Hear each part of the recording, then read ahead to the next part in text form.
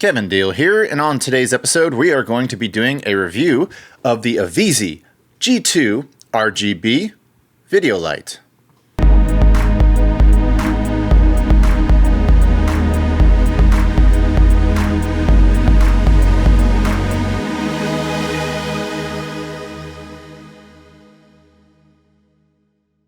Welcome to today's episode. If you're not familiar with Kevin Deal Photography, we do gear reviews, tips, techniques, and tutorials, and sometimes we dive into film. If any of that sounds appealing to you, click the subscribe button below. So I've been looking for a compact RGB light that I can use on both my video and stills rig for a little bit now, and thankfully IVISII reached out to me and asked me to do a review of the G2 RGB video light. So I took them up on their offer and they sent me 2 units to test out in today's episode. Because of the compact size of these units, I'm excited to try it out on my video rig. I'm trying to take less stuff with me. I'm trying to take up less space. So if the IVISII delivers there, that's going to make me a very happy person. But I also have another use for it. I have shoots where I'm doing stills, I'm shooting models. I don't really feel like taking a speed light and a modifier with me. Sometimes I'm just in the shade for a second and I need to illuminate my subject real quick. I want to use this light in that situation as well. And while I'm thankful to IVISII for sending me 2 units to check out, I still want to be very transparent to all of you that my review is going to be independent and my opinions are going to be my own. If I can't use these lights in my everyday work, then they're rather useless to me, aren't they? So anyway, let's dive into what IVISII gives you when you order the G2 RGB video light. So let's take a look at what is inside of the box of the IVISII G2 RGB video light.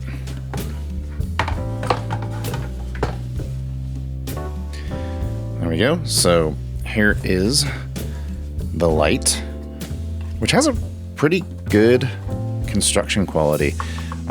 This feels as good as some of the more expensive lights I've used. It's kind of like a brushed aluminum, maybe like a polymer. I'm not sure. It says polymer right there, so perhaps that's what it's made of. It has a really cool 90-degree swivel. You got cold shoe mounts as well as 1/4-inch thread adapters. And the size of it is pretty small. Here, I'll put it up with a piece of currency right there, and it's a pretty small size. Let's see what else comes in the box. Looks like you've got a USB-C to USB Type-A cable, which is great because it's 2023. I'm sick of these micro USBs and all that. We want Type-C because that's what's coming in computers. You got a cool pouch to store it in, as well as a cold mount 1/4-inch adapter, and you have an instruction manual that is in multiple languages. And then in this box here you have your tripod stand.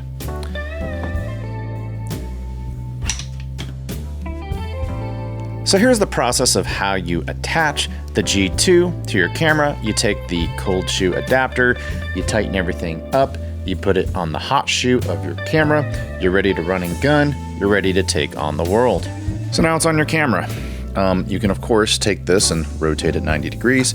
Now you've got a cold shoe mount here where you can put something like a microphone on there. Another cool feature is that it gives you 360-degree rotation for precise articulation. IVISII also gives you some other mounting options. If you check out this cold shoe adapter here, you can put it on a gimbal. You can also put it on a build out of a video rig that takes the correct threading. Let's go over the basic operation of the G2. So to turn it on, it's really simple. You just push this button and it comes right on.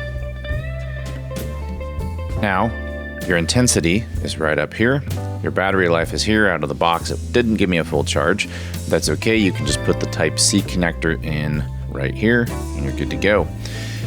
So the basic operation, that's your intensity. To scroll up and down between the menu items that you see, you go up and down like this. So right now, we're in the effects mode, which we'll get to later. I'm gonna hit the button to take us into color temperature mode. So to scroll down and change the color temperature, you just scroll this wheel. You see that, just like before. Scroll down to color temperature, and then you can hold this down and it takes you from 2600 Kelvin all the way up to 10,000 Kelvin. If you want to make more precise adjustments, so right now my studio lights are at 3200 Kelvin. I can just click, click, click in 100 Kelvin increments, and I'm good to go. If you want to change the intensity, right now we're at 100%. It's the same thing when you hold it down, it goes in increments of 25% or increments of 1%. You hit the button again, that'll take us into RGB mode. So once again, you've got your intensity right here. That stays. We go down here, and this is actually your 360 degree RGB. So moving from left to right, we start with red, and then we go through RGB all the way up through violet. Pretty simple there.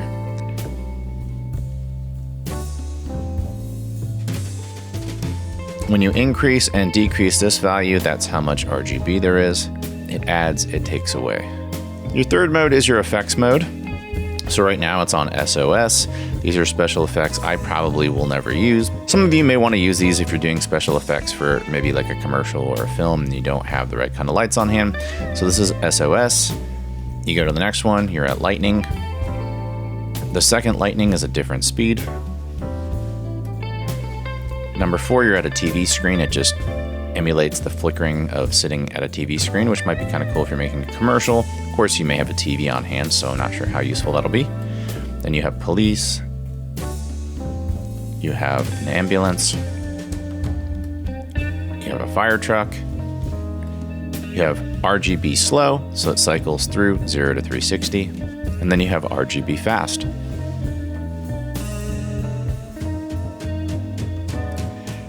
So that's really it for the operation. You just turn it back off and you're good to go.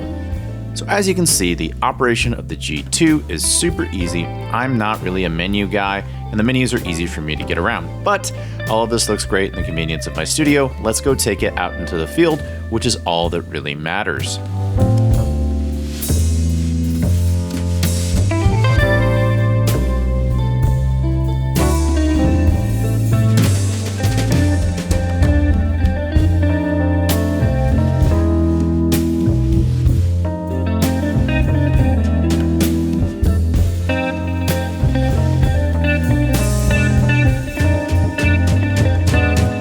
So the G2 is bright enough to use in the shade during the day, and obviously it's going to be bright enough to use at night in dark environments. Let's see how it works in a YouTube studio. Okay, so I've turned off all the lights here in my studio. I have light coming in from outside, ambient light, and then I also have an accent light over my shoulder. I'm using a Sigma 16mm f1.4 lens, and I have my light at 3200 Kelvin in CCT mode, and I'm at 12%. As you can see right here, I'm using it as a key light, 45 degrees off axis and slightly above my head. And this is what it looks like at 1.4 and 12%. Now I'm going to take it up to f2 and I'm going to take it up to 25%. I'm going to double the light and I'm also going to half my aperture to see if it stays consistent. Okay, so here's the light at 25%, f2 on the lens. Now let's go to 2.8. So now we're at 50% and we're at f2.8. So we've made this twice as bright as 25%, and we've actually stopped down the aperture from f2 to f2.8, so we should be letting in half as much light. The whole point of this test is as I make these incremental adjustments, the exposure should stay the same. Now let's go to f4 and let's take it to 100%. So we're at f4 and 100%. Now let's analyze these in post-production. Looking at these 4 screen grabs, you can see that the light is pretty consistent as I half the aperture, double the light output. Slight shift toward warm white balance at 100%, but you can fix that with a slight adjustment of your white balance tool. It looks pretty consistent to me. Let's see what it looks like shooting through a shoot-through diffuser. So I put the shoot-through diffuser on there. I feel like that if you're on a tight budget and you want to look at this as being your key light, it will work. However, I do also recommend you get a shoot-through diffuser to soften the light and make your skin look a bit more pleasing. I'm a little heavy on shadows right here, so we're going to fill that in. I did mention that IVISII gave me 2 of these lights. So I have another light right here, and I'm just going to slowly turn it up until I feel like I look a little better. So if you're new to lighting, your fill light, you tend to want it a little less bright than your key light, so about right there. So this is before. and this is after. A couple of these lights runs you maybe, what, $120. A shoot-through diffuser runs you, what, maybe $14, $15. So for about $140, you could have a 2-light setup. You can go get a third-party shoot-through diffuser. You could do your YouTube studio, and then, of course, you could take these, you could pack them up and go take them out in the field. That's pretty cool. So let's talk about who I think should purchase this light. If you are someone such as myself who runs a YouTube channel, who does a lot of running and gunning and attaches this to their video rig, I think that this light is a no-brainer. I also think that if you do stills, you're a photographer and you just want to take something small with you, you don't necessarily want to take your speed lights and then have to maybe put it on a stand for off-camera flash. You know, you could take something like this and then maybe bring a spider tripod with you and wrap this around something, put it near a subject if it's convenient. And you can get a little extra light that way if they're in the shadows and they're a tad flat, or maybe the sun is down a little bit too much. You want to capture that beautiful sky, but maybe you just want to fill in their face real quick with this. You could literally, hold this out and just take a quick picture with your camera in your other hand, put it away, and you're good to go. So I think those are the two primary candidates for this. However, I actually think there's a bigger customer for this product than us in the professional world. I think the business traveler who is always doing Zoom meetings, we do live in a more remote world than we did, say, 3 or 4 years ago, pre-COVID. And so this is so small, you could fit it in your luggage. As I showed you earlier in the video, it's the size of a $20 bill. Yes, you would also have to take the tripod with you, but you take this setup in your bag, and if you have a Zoom meeting, I'm sure lots of you have Zoom meetings, you could just set this up on your desk in your hotel, and you're good to go. That's who I think should purchase this. Let's talk about the things that I like about it. The price on it is right around $70, $75. I'll leave a link in the description below where you can get it, but this brushed aluminum chassis is super durable. I don't see any difference between the construction quality of this and lights that cost several times, and I'm talking like $500, $600 lights. I've actually used some $500 or $600 lights that had terrible construction. So from a construction standpoint, this is a really well-built light. I also like how durable and how sturdy this hinged stand with all the cold shoe mount adapters and threads on it is. I mean, this, you could drop this down the stairs. I don't advise it, but it would probably be okay. I found that the operating temperature of the light got warm, but never hot.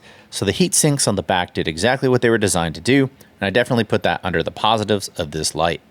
Another positive of the light is that it operates at 190 minutes at 100% power. I never actually see myself using it at 100% power, so I'll be able to get all the time I need out of this light before I need to charge it. One thing I like for photography and video about this light is you can just put it in your hand and move it around and see how the light affects the subject as you move it around. That comes in handy for unique shots on my YouTube channel, but I'd also imagine it'd be really useful if you did stuff like product photography. It also did well replacing my speed light at a dusk session, which saved me valuable room.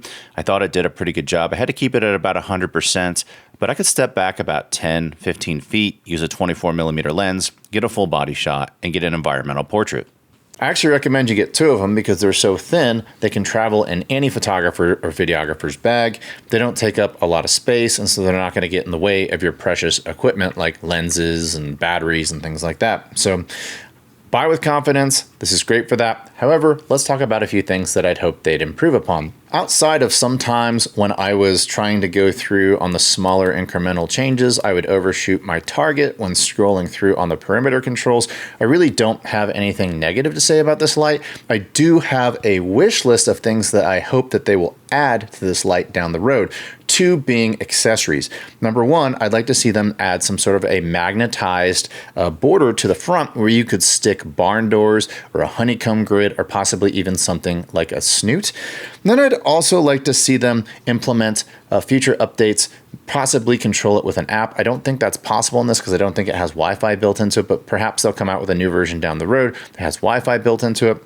One other notable omission is they did not give you a wall plug for the charger, so you will have to have one. You probably have several from previous cell phones, and you can also always plug it into your laptop. Unless, of course, you're an Apple user, in which case you'll need a Type-C to Type-C. You probably have one of those laying around anyway, but it would have been cool if they had included a Type-C to Type-C cable with this product. But those are more of a wish list than gripes. So you really can purchase this light with confidence. I think you'll be all right. If you're on the fence, I do recommend it. I think for the money, it's not that expensive and it's very well built and puts out very good quality. So anyway, that is my review today of the IVISII G2 RGB video light. If you like what you saw today, tell me in the comments below. Are you going to purchase this light? Have you purchased this light? Tell me about it in the comments below. And if you like this channel, I humbly ask you, click the subscribe button below. And until next time, I'll talk to you soon. Bye.